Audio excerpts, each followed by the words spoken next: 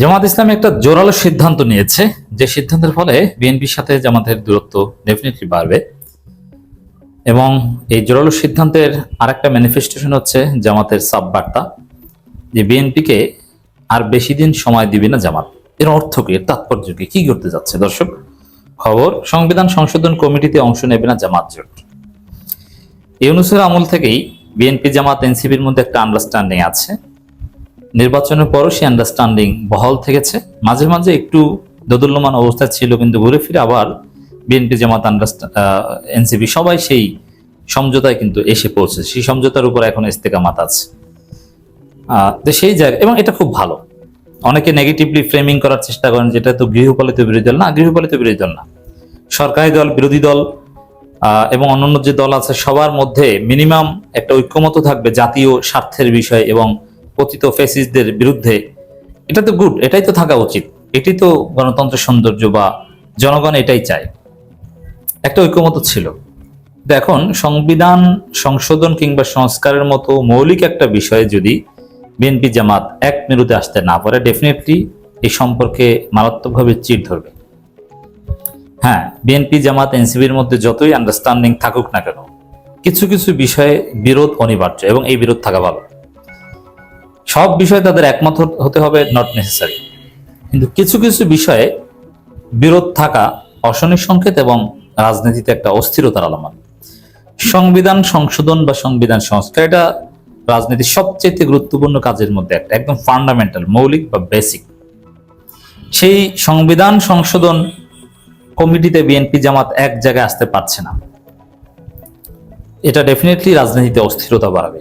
এখানে দর্শক দেখেন, খুব সিম্পল হিসাব। জামাত ইসলামী চায় যেটা ইউনূস আমলে ঐক্যমত হয়েছিল ঐক্যমত কমিশনে, এবং জুলাই সনদে যেটা বিএনপি সাইন করেছিল এবং যার উপর গণভোট হয়েছিল এবং গণভোট পাশ করেছিল। জামাত চায় ওইটা কি, সেটা সংবিধান সংস্কার। জামাত চায় বিএনপির ৩১ দফার মধ্যে যে প্রথম দফার দাবি, ওইটা বাস্তবায়ন হোক।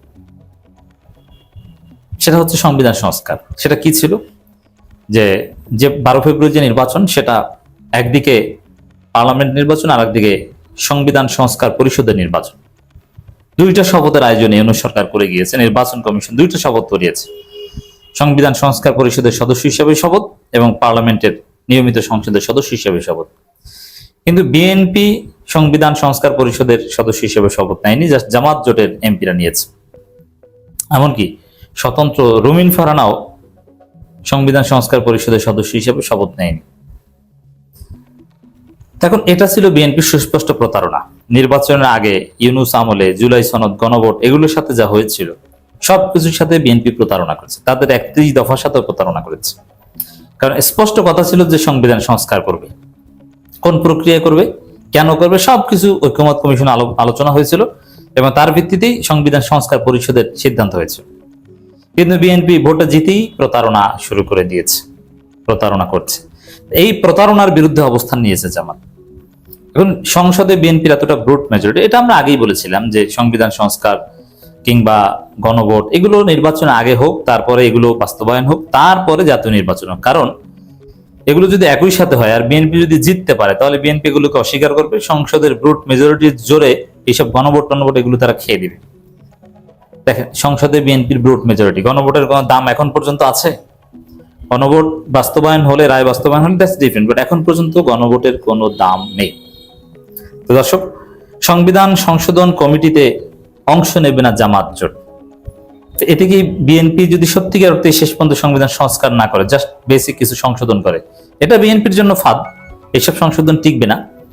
যেমন জিয়াউর রহমান যেসব সংবিধান সংশোধন করেছিলেন, জিয়াউর রহমান একটা বৈপ্লবিক সিদ্ধান্ত নিয়েছিলেন, সংবিধান বেসিক স্ট্রাকচারে পরিবর্তন করে দিয়েছিলেন, কিন্তু তারপরে সেটা কিন্তু টিকে নাই।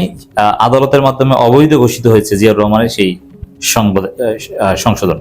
পঞ্চম সংশোধনী অবৈধ, এমনকি এরশাদের সংশোধনী, ওটাও অবৈধ। এখন আজকে বিএনপি সংশোধন করতে যাচ্ছে, এটা কোর্ট একদিন অবৈধ ঘোষণা করবে। আর বর্তমান সংবিধানের যে স্ট্রাকচার, এটা বহাল রাখলে বিএনপি যে সংবিধান সংস্কার করতে যাচ্ছে, এটা ডেফিনেটলি অবৈধ হবে, টুডে টুমোর অবৈধ হবে। অতএব এটা কোনো ভালো সিদ্ধান্ত না। কিন্তু জামাত যেটা চাচ্ছে, তাতে স্থায়ীভাবে বাংলাদেশের সমস্যার একটা সমাধান হবে।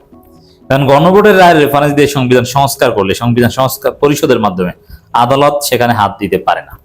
অতএব আওয়ামী লীগ আসলেও তখন আর ঝুঁকি থাকে না, কিন্তু বিএনপি যে পথে হাঁটছে তাতে ঝুঁকি থাকে। এখন জামাত হয়তোবা ঠেকাতে পারবে না যদি বিএনপি একতরফাভাবে সংবিধান সংশোধন করে, সংস্কারের পথে যদি না হাঁটে, সংস্কার পরিষদকে যদি কোনোদিন বিএনপি কার্যকর না করে, জামাত সেখানে পার্টিসিপেট করবে না, কমিটিতেও থাকবে না এবং হয়তোবা সংসদেও থাকবে না, বর্জন করবে, ওয়াকআউট করবে ওই বিল পাশের সময়টা। কিন্তু এটা কলঙ্কজনক অধ্যায় হয়ে থাকবে এবং রাজনীতিতে একটা অস্থিরতা বিরাজ করবে। এবং জামাত এগুলো বর্জনের মাধ্যমে, এই সংবিধান সংশোধন কমিটিতে অংশ না নেওয়ার মাধ্যমে একটা স্পেস রেখে দিল যে কোনো সময় বিএনপি সরকারের পতনের দাবিতে তারা দাঁড়িয়ে যেতে পারে।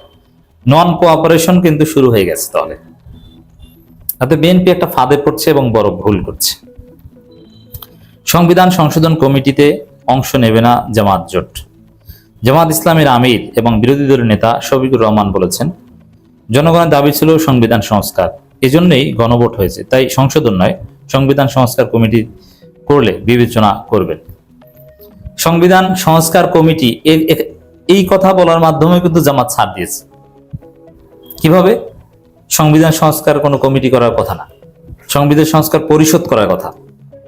পরিষদ করলে তখন হয়তোবা ওই পরিষদে বিল উত্থাপনের আগে একটা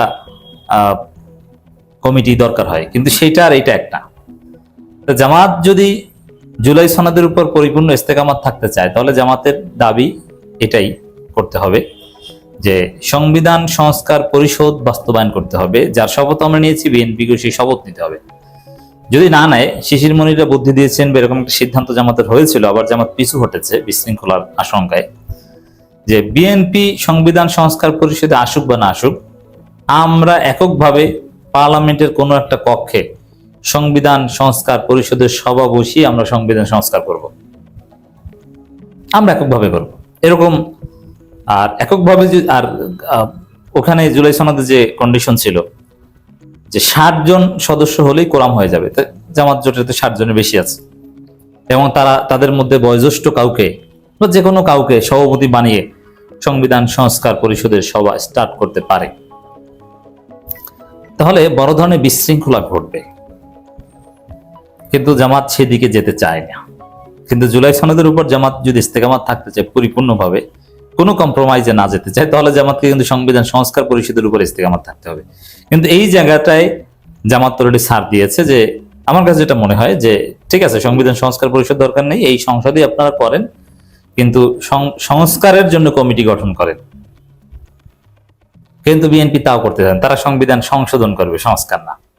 এটা একটা ভারতীয় ফাঁদ, কারণ এই ভারতীয় 72 সংবিধানের বেসিক স্ট্রাকচার চেঞ্জ স্থায়ীভাবে করা হলে ভারতের হেজিমনি থাকে না। তো দর্শক, আমির জামাত স্পষ্ট বলেছে যে বিএনপিকে বেশি সময় দিবে না। বেশি সময় দিবে না অর্থ হচ্ছে জুলাই সনদ বাস্তবায়ন 6 মাসের মধ্যেই করতে হবে, আর মাত্র 2 মাস আছে, এই 2 মাস সময় দিবে, তারপর একটা দফা রফা হবে।